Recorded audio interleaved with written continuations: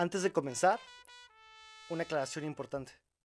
Este episodio analiza mecanismos de construcción del enemigo a través de casos documentados por organismos oficiales de derechos humanos. Cuando cito nombres, fechas y hechos específicos, me baso en resoluciones de comisiones estatales de derechos humanos, en determinaciones de fiscalías, reportes de organizaciones civiles reconocidas y cobertura periodística verificada. No formulo acusaciones contra individuos específicos. Presento hechos de dominio público para ilustrar procesos teóricos, descritos por autores como Foucault, Agamben y Butler. Todas las fuentes están citadas al final del episodio y disponibles en la descripción. Continuamos. Imagina que despiertas una mañana y descubres que tu vecino te mira diferente. No sabes por qué, pero algo ha cambiado. Tal vez alguien dijo algo sobre ti. Tal vez simplemente decidieron que eres problemático.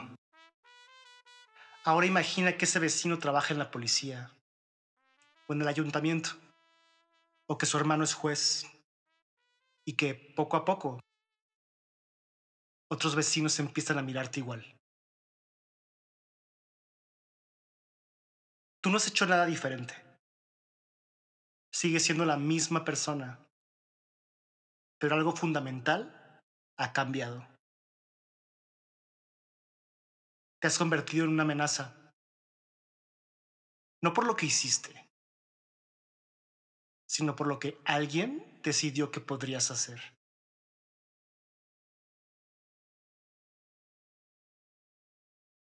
Bienvenidos a Ruido Bajo. Yo soy Alonso González y hoy seguiremos desentrañando la sutil pero poderosa maquinaria del poder.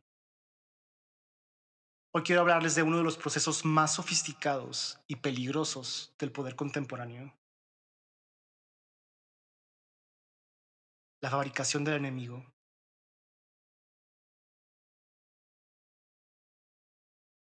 Acto 1. La máquina de miedo. En 1975, Michel Foucault publicó Vigilar y Castigar, un libro que cambió para siempre nuestra comprensión del poder. Foucault nos mostró algo perturbador: que el poder moderno no solo castiga a los culpables, sino que produce la culpabilidad misma. Piénsalo así. Antes el poder era como un martillo, visible, brutal, directo. El rey ajusticiaba en la plaza pública para que todos vieran el castigo. Pero el poder moderno es más sutil. Es como el aire que respiramos, invisible, pero está en todas partes. Foucault nos habló del panóptico de Bentham, una prisión circular donde un vigilante en el centro puede observar a todos los prisioneros, pero ellos no saben cuándo están siendo observados. La genialidad perversa del panóptico no es que vigile constantemente, sino que crea la posibilidad permanente de vigilancia. Cuando sabes que existe la posibilidad de ser observado, empiezas a comportarte como si siempre te estuvieran mirando. Te conviertes en tu propio vigilante. Y aquí está el punto crucial. El panóptico no es solo una metáfora. Es la descripción literal de cómo funciona nuestra sociedad. Tus cámaras de seguridad, tu teléfono, tus datos de navegación, tus movimientos bancarios, todo está potencialmente monitoreado. No potencialmente. Todo está monitoreado. Y tú lo sabes.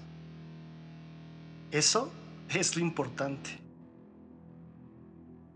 Ese conocimiento te cambia. Ahora, imagina que este sistema de vigilancia no es neutral. Imagina que alguien decide que tú eres el tipo de persona que necesita ser vigilada más de cerca. No porque hayas hecho algo, sino porque encajas en cierto perfil, porque vives en cierto lugar, porque conoces a ciertas personas, porque haces preguntas incómodas. Razones hay tantas. Bienvenido a la fábrica del enemigo. Acto 2. El enemigo como construcción política. Carl Schmitt, jurista alemán de inicios del siglo XX, escribió en El concepto de lo político algo que congela la sangre cuando lo pensamos bien. La distinción política específica es la distinción entre amigo y enemigo. O sea que, para Schmitt, no hay política sin enemigo. El enemigo no es simplemente alguien que no nos gusta, es alguien que representa una amenaza existencial a nuestro modo de vida. Pero aquí está el punto clave que Schmitt reveló sin querer. El enemigo no es algo que encontramos, es algo que construimos. Es en sí mismo una decisión política. Piensa en cualquier conflicto histórico. Tomemos la Alemania nazi, por ejemplo. Los judíos, como grupo, no eran objetivamente una amenaza. Fueron construidos como amenaza a través de un proceso deliberado de propaganda, legislación y violencia simbólica. Otro ejemplo claro, en la América de McCarthy, los comunistas de ninguna manera representaban un peligro real para el American Way of Life, pero fueron fabricados como enemigo interno para justificar un estado de excepción. Y aquí entra Giorgio Agamben con un concepto que nos ayuda a entender cómo funciona esta construcción. El homo sacer. En el derecho romano, el homo sacer era alguien que podía ser matado por cualquiera, pero no podía ser sacrificado ritualmente. Estaba fuera de la ley, pero paradójicamente, esa exclusión estaba definida por la ley misma. Agamben nos muestra que el derecho moderno produce constantemente figuras de homo sacer, personas que están incluidas en el orden legal precisamente por estar excluidas de él. Los inmigrantes indocumentados, los terroristas, los criminales de guerra, pero también en contextos más locales, los indeseables, los problemáticos, los que no encajan. La criminalización es una falla del sistema legal. Al contrario, es su funcionamiento normal. Y funciona no solo castigando a los culpables, sino creando las condiciones para que cualquiera pueda convertirse en culpable. Pero la ley sola no puede fabricar enemigos a escala. Necesita cómplices. Necesita que la sociedad misma crea en la amenaza. Para eso, necesita mecanismos que conviertan categorías legales en consenso social. Ahí es donde entra el pánico moral a la fábrica. Acto 3. La sociología del pánico. Stuart Hall, sociólogo británico, estudió algo fascinante en los años 70. Cómo los medios de comunicación y las élites políticas fabricaban pánicos morales. Hall analizó cómo un incidente menor en ese entonces, unas peleas entre jóvenes jamaiquinos y blancos en Londres, fue amplificado por el aparato de comunicación oficial hasta convertirlo en una crisis nacional sobre delincuencia juvenil.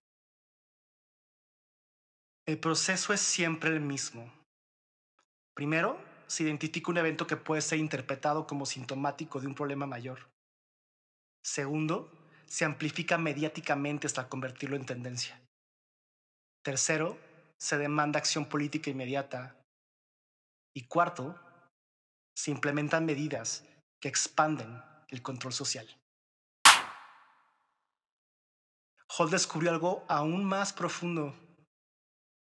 Estos pánicos morales no son respuestas naturales a problemas reales. Son construcciones que sirven para justificar expansiones del poder. Y siempre tienen el mismo patrón. Identifican un otro que amenaza a un nosotros. Pero el pánico moral no es solo un fenómeno mediático. Tiene consecuencias institucionales. Una vez que has fabricado consenso social de que ciertas poblaciones son amenazantes, necesitas instituciones que gestionen esa amenaza. Ahí es donde entra la criminología.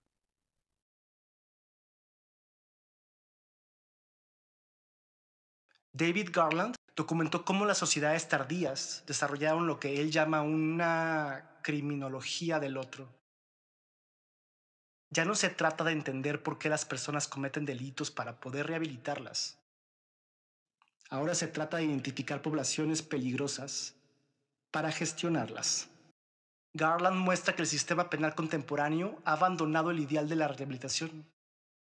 Su función ya no es reformar al delincuente, sino incapacitar preventivamente a las poblaciones consideradas peligrosas.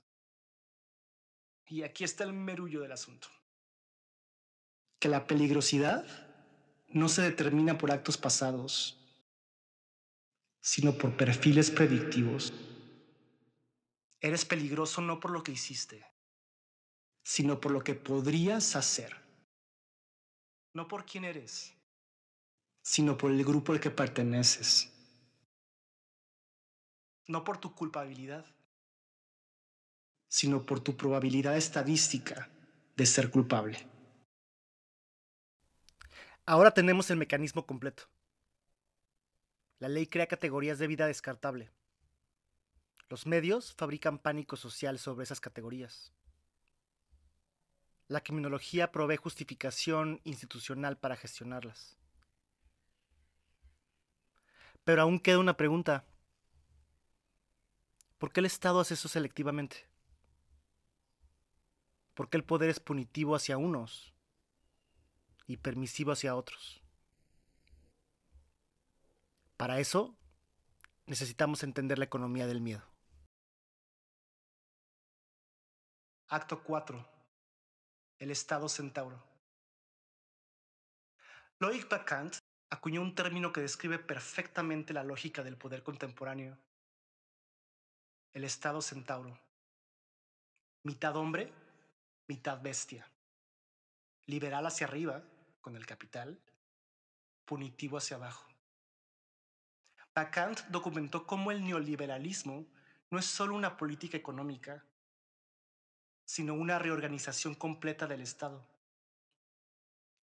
Hacia las élites económicas, el Estado es permisivo, desregulador, facilitador.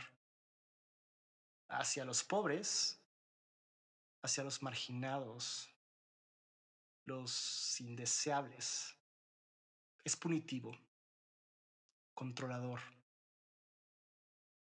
represivo. Pero la genialidad del análisis de Bacant es que muestra cómo estas dos caras del Estado que aparentemente se contradicen son más bien complementarias. La inseguridad económica que produce la liberación económica se legitima a través de la criminalización de sus víctimas. Si pierdes tu trabajo, si tu barrio se degrada, si tu familia se desintegra, no es porque el sistema económico sea estructuralmente violento. Es porque tú y los de tu clase han fracasado moralmente. Y por eso merecen castigo, no ayuda. La moralidad punitiva no es un residuo del pasado. Es central al proyecto neoliberal. Convierte problemas sociales en fallas individuales. Transforma víctimas en culpables. Y legitima la violencia del Estado presentándola como justicia merecida.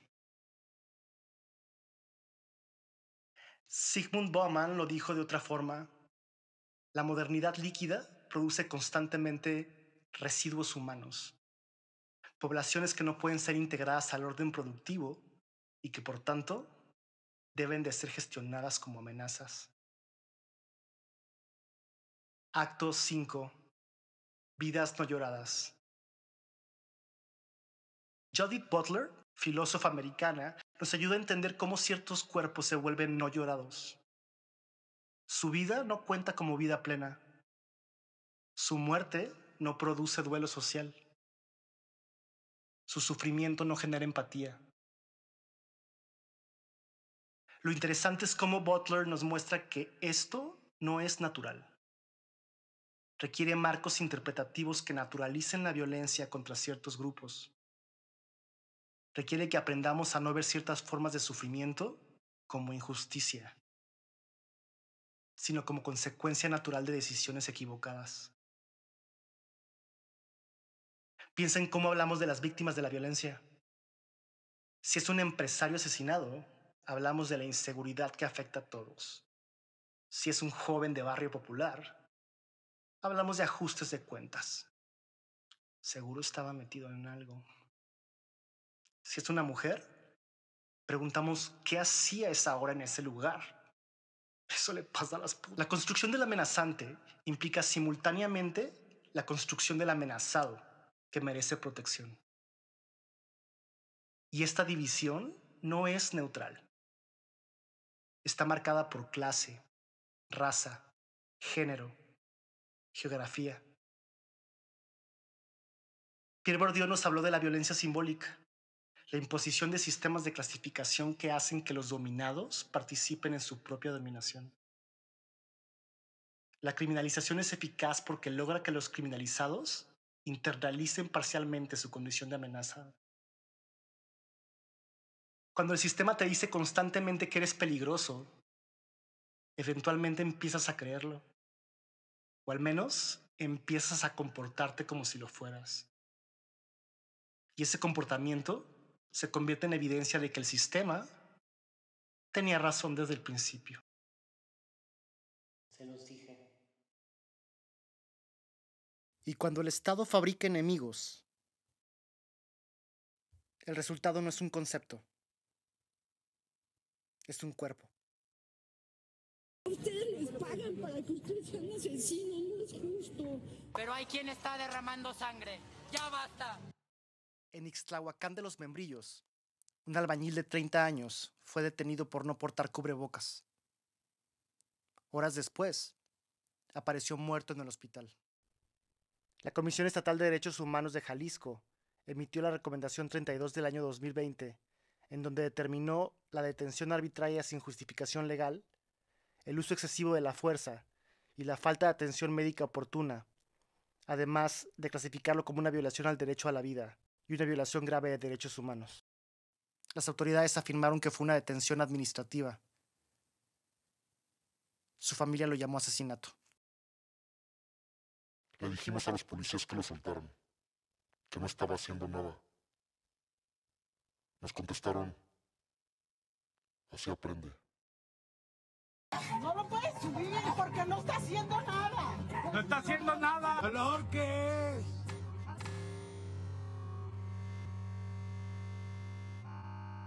En 2021, la Fiscalía General del Estado de Jalisco consignó a 3 policías municipales por homicidio culposo y abuso de autoridad.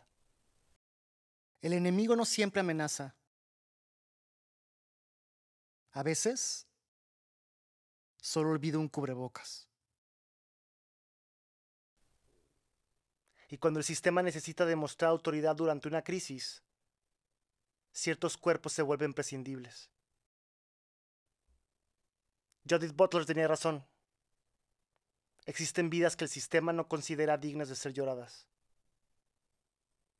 Y Giovanni López fue convertido en una de ellas. Acto 6. Sociedades de control. Gilles Deleuze predijo en los años 90 el surgimiento de las sociedades de control.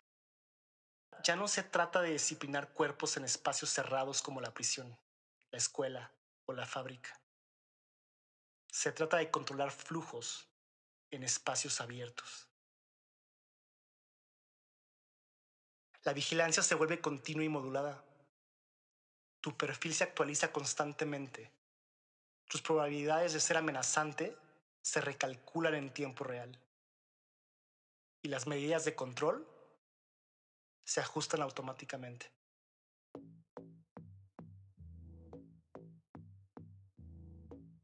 Antoinette Rourois, filósofa belga, desarrolló el concepto de gubernamentalidad algorítmica. Los algoritmos no te vigilan como individuo, sino que te perfilan como agregado estadístico. No necesitan entender tus motivaciones, solo predecir tus comportamientos. Y esto no es teórico. En municipios de México, como General Escobedo, Nuevo León, ya operan sistemas de policía predictiva, como Predpol y Binfopol, que utilizan datos históricos de delitos y llamadas de emergencia para trazar mapas de probabilidad criminal. Según organizaciones de derechos digitales como la Electronic Frontier Foundation, esos algoritmos tienden a reproducir sesgos policiales contra personas migrantes o en situación de calle. Y aquí está lo inquietante. Estos sistemas pueden convertir la sospecha en realidad. Si el algoritmo determina que tienes alta probabilidad de ser problemático, recibirás más vigilancia. Más vigilancia significa más probabilidad de detectar comportamientos problemáticos. Y más detección significa confirmación de que el algoritmo tenía razón. Es un loop de retroalimentación que puede fabricar la amenaza que pretende detectar. No necesitas ser culpable para ser tratado como culpable. Solo necesitas encajar en el perfil de los culpables. Acto 7. Resistencias y contravigilancia. Pero la historia no termina aquí. James C. Scott, antropólogo político, nos escribió sobre los dominados y el arte de la resistencia. Scott documentó cómo los grupos subalternos desarrollan constantemente lo que él llama transcriptos ocultos, discursos y prácticas que cuestionan el orden dominante fuera de la vista del poder. La resistencia no siempre es frontal. A menudo es oblicua, creativa, táctica. Michel de Certeau habló de las artes de hacer, formas de aprovechar las fisuras del sistema sin confrontarlo directamente. La documentación de abusos forma parte de estas estrategias. Interrumpe la naturalización de la violencia al crear registros que pueden circular en otras esferas. El conocimiento de cómo funciona el sistema es la primera arma contra él. Entender los mecanismos de construcción de la amenaza permite desarrollar estrategias de protección y resistencia. Pero también requiere cuidado, porque el sistema aprende de las resistencias, se adapta, encuentra nuevas formas de fabricar enemigos. Acto 8. El espejo local. Todos estos procesos que hemos analizado no son abstracciones académicas. Son tecnologías concretas de poder que operan en nuestros contextos inmediatos, en nuestros barrios, en nuestras ciudades, en nuestros países. La dominación territorial que vemos en muchos contextos locales opera exactamente con esta lógica. Ciertos actores se arrogan el derecho de definir quién es amenazante. Y cuando capturan instituciones, policía, ayuntamientos, sistemas de justicia, esta definición adquiere legitimidad formal. Como vimos, el proceso es siempre el mismo. En este caso, se identifica a alguien como problemático en primer lugar. En segundo, se amplifica esta percepción a través de redes de rumor y estigmatización. Tercero, se movilizan recursos institucionales para legitimar la persecución. Y cuarto, se normaliza la violencia, presentándola como defensa legítima. Y la víctima se encuentra en una situación imposible, porque cualquier intento de defenderse se interpreta como confirmación de su peligrosidad. Cualquier denuncia se ve como ataque al orden social. Cualquier resistencia se convierte en evidencia de que la construcción inicial era correcta. Y si esto parece abstracto, basta mirar el espejo local. En Teocaltiche, Jalisco, ciudadanos fueron detenidos sin orden judicial y obligados a declararse culpables de delitos que no cometieron. Jueces locales confirmaron irregularidades graves. Uno de los liberados dijo: Nos trataron como si ya fuéramos culpables, desde que nos subieron a la patrulla. Ahí está la fábrica. Arrestar primero, demostrar después. La máquina no busca justicia, busca sentido. Y el enemigo da sentido al miedo. Por eso es tan importante entender estos mecanismos. No para resignarse, sino para resistir de manera inteligente. Para documentar de manera estratégica. Para protegerse de manera efectiva.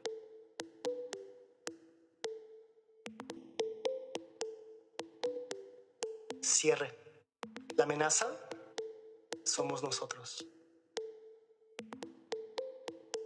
La construcción del otro como amenaza no es un proceso abstracto. Es una tecnología concreta de poder que opera a través de instituciones, discursos y prácticas materiales. Y todos estamos implicados en él. Todos hemos participado alguna vez en la construcción de alguien como amenazante. Todos hemos repetido rumores. Todos hemos juzgado sin evidencia. Todos hemos asumido culpabilidad por asociación. Pero también todos podemos ser construidos como amenaza. Todos podemos convertirnos en el otro que debe de ser vigilado, criminalizado, castigado. No por lo que hemos hecho, sino por lo que alguien decide que podríamos hacer. La pregunta ahora no es si estamos seguros de la fabricación del enemigo. La pregunta es qué vamos a hacer con este conocimiento. ¿Cómo vamos a protegernos? ¿Cómo vamos a resistir? ¿Cómo vamos a documentar? ¿Cómo vamos a sobrevivir? Porque en última instancia, la amenaza no son nosotros. La amenaza es un sistema que necesita fabricar enemigos para justificar su existencia. Y mientras no entendamos eso, seguiremos siendo sus cómplices involuntarios.